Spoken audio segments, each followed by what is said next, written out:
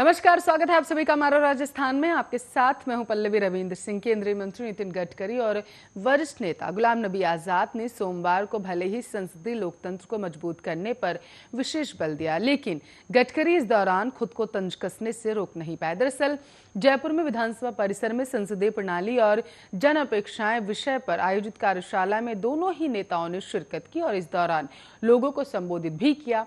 दोनों नेताओं ने कहा कि यदि संसदीय लोकतंत्र मजबूत होगा तभी देश भी मजबूत होगा। कार्यशाला का आयोजन राष्ट्रमंडल संसदीय संघ की राजस्थान शाखा ने किया था। इस दौरान गडकरी ने विधायक, मंत्री और मुख्यमंत्री पद तंज भी कसे। उन्होंने कहा कि मुख्यमंत्री इसलिए दुखी हैं कि पता नहीं कब तक पद में रहेंगे। गडकरी ने आगे कहा कि लोगों की भावनाओं को जीतकर आगे आना ही होगा। लीडरशिप यही कहलाती है। साइकिल रिक्शों में लोगों को बैठे हुए जब एक व्यक्ति खींचता था तो यह देखकर मुझे दुख होता था, इसलिए ही ई रिक्शा शुरू करवाए, लेकिन अधिकारियों ने इसे गलत बताया। यह मामला कोर्ट तक गया, लेकिन मैंने कहा कि गरीब के लिए कानून तोड़ना पड़ेगा तो वह भी मैं तोड़ दूंगा। इस दौरान गुलाम नबी आजाद ने भाजपा में शामिल होने की अटकलों को नकारते हुए कहा कि हकीकत कुछ और ही है। उन्होंने कहा कि मुझ पर आरोप लगता है कि मैं भाजपा में शामिल हो रहा हूं, लेकिन मैं कहीं नहीं जा रहा। आजाद ने कहा कि आज के समय में विधानमंडल लाचार होने के साथ बड़ी कठिनाइयों से भी गुजर रहा। तो राजस्थान के अलवर जिले में गौ तस्करों और गौरक्षकों के वाहनों से टकराकर एक 17 साल के युवक की मौत हो चुकी है। पुलिस के मुताबिक जिस वाहन की टक्कर से युवक की मौत हुई उसमें सवार लोग गौ तस्करी की सूचना पर एक ट्रक का पीछा कर रहे थे। पुलिस ने इस मामले में 3 लोगों को गिरफ्तार कर लिया है। यह घटना रविवार सुबह राजस्थान हरियाणा सीमा के पास भिवाड़ी के चुम्पाकी पुलिस थाना क्षेत्र में हुई। यहाँ तेज रफ्तार वाले वाहन ने सबीर खान को टक्कर मार दी, जिससे उसकी मौत हो गई। चुम्पाकी पुलिस थाने के SHO मुकेश कुमार वर्मा ने बताया है कि सुबह करीब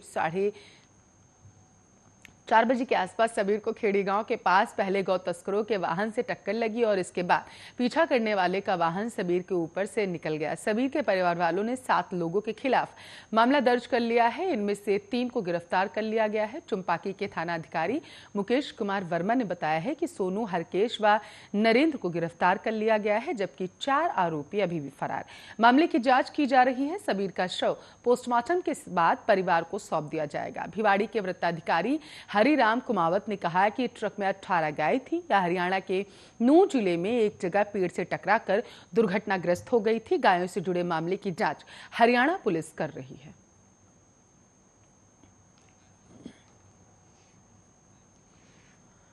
तो राजस्थान में टीकाकरण अभियान के तहत लगभग 3.74 करोड़ लोगों को कोविड-19 रोधी टीके की पहली खुराक जो है वो मिल चुकी है। आपकी जानकारी के लिए आपको बता चले, मुख्यमंत्री अशोक गहलोत ने यह जानकारी साझा की। उन्होंने कहा है कि ट्वीट किया, राजस्थान ने टीकाकरण अभियान के तहत आज टीके की 5 करोड़ खुराक लगाने का आंकड़ा जो था वो पार कर लिया है। और इसी के साथ साथ उन्होंने कहा कि स्वास्थ्यकर्मियों की मेहनत और आमजन के सहयोग का नतीजा है। 5.14 करोड़ की आबादी के लगभग 73% को कम से कम एक खुराक व करीब 25% लोगों को दोनों खुराक दी जाएंगी।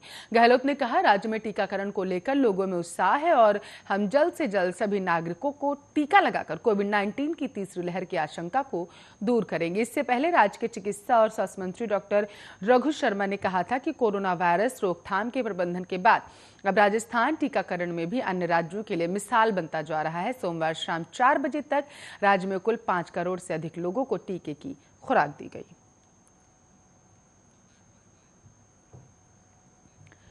तो भारत के पूर्व प्रधानमंत्री लाल बहादुर शास्त्री के तुलादान के लिए आपको बता चले दिया गया लगभग 64.6 किलो सोना कोर्ट के आदेश के बाद सोमवार देर रात CGST के सुपुर्द कर दिया गया। इस पूरे घटनाक्रम के दौरान अजीबोगरीब जानकारी निकलकर सामने आई है। पूर्व प्रधानमंत्री को तौलने के लिए रखे गए सोने की मालखाने में 56 किलो 800 ग्राम होने की एंट्री थी, लेकिन जब CGST को सुपुर्द करते समय इसका फिर से वजन किया गया तो यह 67 किलो 800 ग्राम निकला।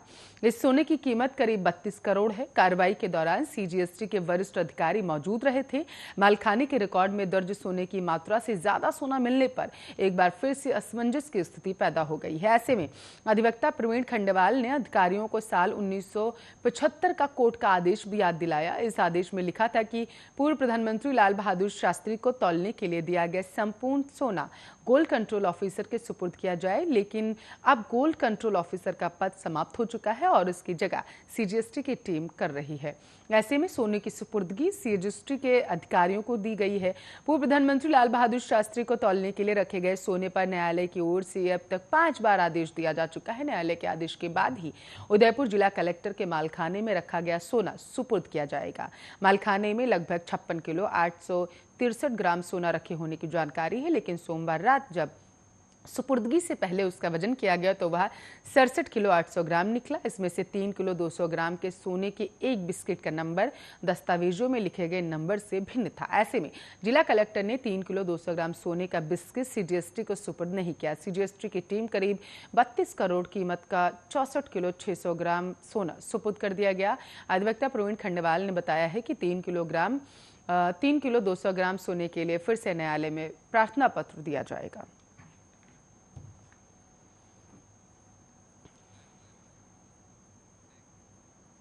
तो वहीं दुष्कर्म मामले में उम्र कैद की सजा काट रहे आसाराम को सोमवार को फॉलोअप चेकअप के लिए एम्स लाया गया। कड़ी सुरक्षा के बीच पुलिस उन्हें लेकर पहुंची। बताया जा रहा है कि आसाराम के ब्लेडर प्रॉब्लम है और जिसका यूरोलॉजी विभाग में इलाज चल रहा। जून महीने में भी आसाराम करीब 9 दिन एम्स में भर्ती थे। उसके बाद उन्हें फिर से जेल भेज दिया गया। आसाराम के एम्स तक जाने की सूचना समर्थकों को पहले ही मिल चुकी थी, जिसके चलते बड़ी संख्या में लोग वहां पर जुट गए थे। गार्ड खदेड़ कर उन्हें निकालते नजर आए। ओपीडी भी 18 महीने बाद आज खुली। ऐसे में पहले ही भीड़ थी। इस पर आसाराम के पहुंचने से उनके समर्थकों की भीड़ से मरीज परेशान हुए। आसाराम 16 जून को एम्स में भर्ती हुए थे। हालात में सुधार के बाद उन्हें 24 जून को छुट्टी दे दी गई थी। उन्हें फिर से जेल भेज दिया गया। बताया जा रहा है कि जेल में आसाराम की हालत में पूरी तरीके से सुधार नहीं आया है। उन्हें ब्लैडर में प्रॉब्लम के कारण फिर से एम्स लाना पड़ा था। आसाराम को अगस्त में फिर जांच के लिए एम्स लाया गया। आसाराम अभी भी आयुर्वेदिक इलाज को तरजीह दे रहे हैं। अपने गुरुकुल में पढ़ने वाली एक नाबालिग छात्रा का यौन उत्पीड़न करने के मामले में आपको बताते चले आसाराम को 2013 में जोधपुर पुलिस इंदौर से गिरफ्तार किया गया था। तब से वह यहाँ की जेल में ही बंद है। 2018 में उसे उम्र कैद की सजा भी सुनाई गई थी। आसाराम अब तक 15 बार जमानत हासिल कर चुके हैं। सुप्रीम कोर्ट तक याचिका दायर कर चुके हैं, लेकिन किसी कोर्ट से उन्हें जमानत फिलहाल नहीं मिली। जोधपुर के बाद अलवर का रुख करते हैं। आपको बताते चले राजस्थान के अलवर जिले के भिवाड़ी में बदमाशों का आतंक लगातार बढ़ता ही जा रहा है। भिवाड़ी में सोमवार को दिन दहाड़े बदमाशों ने हरीश बेकरी पर अंधाधुंध फायरिंग कर जमकर तोड़फोड़ कर संचालक और कर्मचारियों को रंगदारी के लिए धमकाया। बेकरी मैनेजर का कहना है कि बदमाशों ने 30 राउंड से अधिक की फायरिंग की। इसके बाद बेकरी में घुसकर जमकर तोड़फोड़ की गई। इसके बाद मौके से फरार हो गए। घटना की सूचना पर फूलबाग थाना पुलिस मौके पर पहुंची और वह पूरे मामले की जांच में जुटी हुई है। बेकरी के मैनेजर मनीष शर्मा ने बताया है कि आज वे और कर्मचारी बेकरी में काम कर रहे थे। दोपहर बाद करीब आधा दर्जन बदमाश हथियारों से लैस होकर आए। कुछ समझ में आता इससे पहले ही बदमाश ने बेकरी के बाहर से ही फायरिंग शुरू कर दी। इससे बेकरी के बाहर भीड़ जमा हो गई। इसके साथ ही बेकरी में अफरा तफरी का माहौल भी बन गया। कर्मचारियों ने बदमाशों को रोकने की कोशिश की तो वह उन्हें धक्का मारकर बेकरी के अंदर घुस गए। बेकरी में आते ही बदमाशों ने तोड़फोड़ की। मैनेजर ने बताया कि बदमाशों ने उन्हें और कर्मचारियों को रंगदारी के लिए धमकाया। बदमाशों ने साथ ही यह भी धमकी दी है कि यदि पुलिस को सूचना दी तो अंजाम अच्छा नहीं होगा। इसके बाद वे फायरिंग करते हुए वहां से फरार हो गए। मैनेजर शर्मा के मुताबिक इससे पहले भी बदमाश बेकरी में फायरिंग कर घटना कर धमकी दे चुके हैं। सूचना पर फूलबाग थाना पुलिस मौके पर पहुंची व पूरे मामले की जांच में जुटी।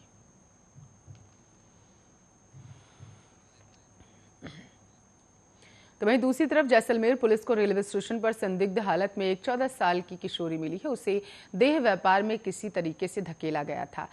आपको बताते चलें 3-4 बार उसे पकड़ा गया था। जो मिला उसी ने उसके साथ दुष्कर्म किया था। अब मामला जैसलपुर एसपी अजय सिंह के पास पहुंचा। उन्होंने आरोपियों को सलाखों के पीछे पहुंचाया। इस मामले में शामिल जयपुर के कुछ पुलिसकर्मियों के खिलाफ कार्रवाई के लिए जयपुर कमिश्नरेट को भी लिखा गया है। अलवर एसपी को नाबालिग के परिजनों के खिलाफ भी कार्रवाई करने के लिए लिखा गया। फिलहाल बच्ची को CWC जोधपुर भेज दिया गया है। अलवर जिले के एक गाँव में पैदा हुई बच्ची, आपको बताते चले पिता शराब पीता था। 14 साल की उम्र में ही पिता ने शादी करवा दी थी उसकी। ससुराल में हर दिन अत्याचार उसके साथ होता था। तंग आकर एक दिन ससुराल से भागकर वो मायके आ गई थी। घरेलू कलह में पिता और भाई पीटते थे। जब सारी हदें पार हो गई तो वो वहां से भी भाग गई। जांच अधिकारी भवानी सिंह ने बताया है कि जैसलमेर पुलिस को रेलवे स्टेशन पर 15 अगस्त 2021 के दिन संदिग्ध अवस्था में नाबालिग व मनीराम मीणा मिले। पुलिस ने पूछताछ की तो होश उड़ गए। पुलिस ने नाबालिग के 164 के बयान करवाकर तुरंत प्रभाव से मनीराम मीणा, टिंकू जांगिड़ व चेतन नामक युवक को 376 और पॉक्सो एक्ट के तहत मामला दर्ज कर जेल भेज दिया। नाबालिग लड़की को बाल कल्याण समिति के सुपुर्द कर दिया गया।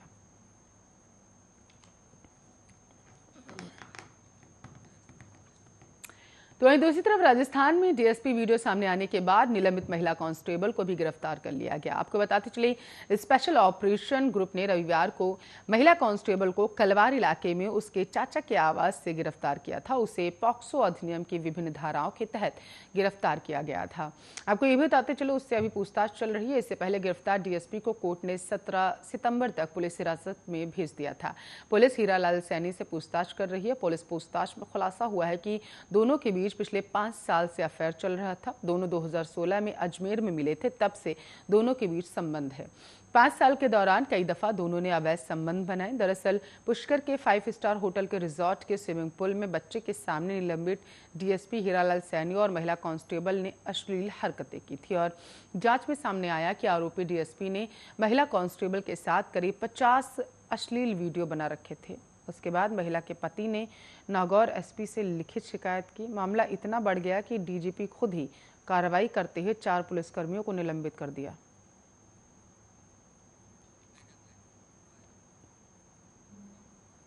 खबरों में आगे बढ़ेंगे। जियो अब लोगों को नई सौगात देने की तरफ बढ़ चुका है, तैयारियां कर चुका है। अब जल्द ही जियो के लो बजट लैपटॉप लॉन्च करने जा रहे हैं। क्या कुछ खास होने वाला है जियो के इस लैपटॉप में, इस रिपोर्ट में देखिए।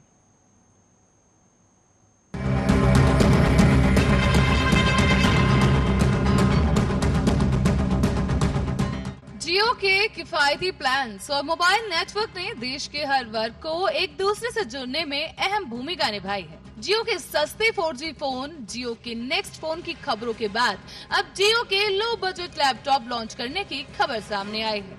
ब्यूरो ऑफ इंडियन स्टैंडर्ड के अनुसार जियो बुक लैपटॉप को 3 वेरिएंट्स में लॉन्च किया जा सकता है और ये लैपटॉप जियो OS पर काम करेगा। साथ ही आपको बता दें कि लैपटॉप में जियो की सभी एप्स प्री इंस्टॉल्ड मिलेंगे। ये भी कहा जा रहा है कि ये 4G LTE को सपोर्ट करेगा।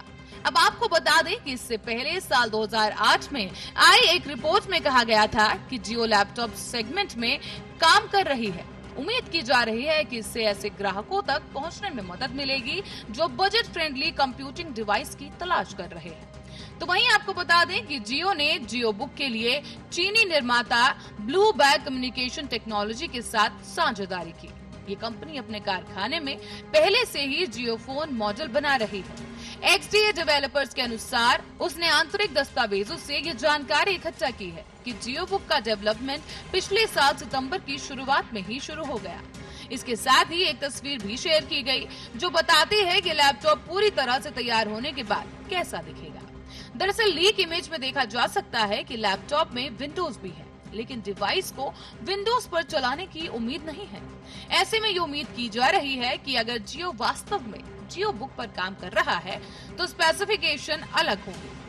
जियो बुक में 1366x768 पिक्सल रेजोल्यूशन डिस्प्ले और क्वालकॉम स्नैपड्रैगन 665 प्रोसेसर मिलेगा, जो स्नैपड्रैगन X12 4G मॉडेम के साथ आएगा। ये 3 वेरिएंट में मिल सकता है और लैपटॉप के एक मॉडल में 2GB रैम और 32GB स्टोरेज रखा गया है। एक अन्य मॉडल में 4GB रैम और 64GB स्टोरेज भी है।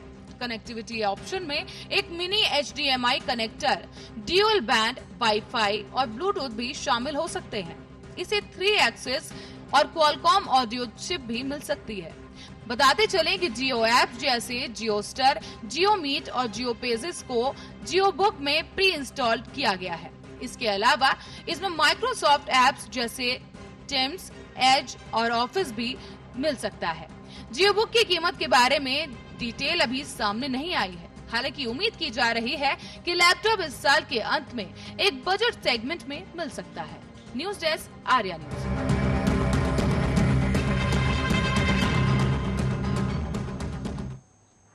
तालिबान ने जिस तरीके से अफगानिस्तान में त्राहिमाम मचाया, सभी के जहन में सिर्फ एक ही सवाल था कि आखिर क्यों विश्व के अन्य देश इस विकराल परिस्थिति पर कुछ बोल नहीं रहे। आखिर कैसे विश्व शक्तियां मूक दर्शक बन के सारा तमाशा देख सकती हैं। लेकिन अब पहली बार सऊदी अरब का तालिबान पर बयान सामने आया। क्या कहा है सऊदी अरब ने, आप इस रिपोर्ट में देखिए।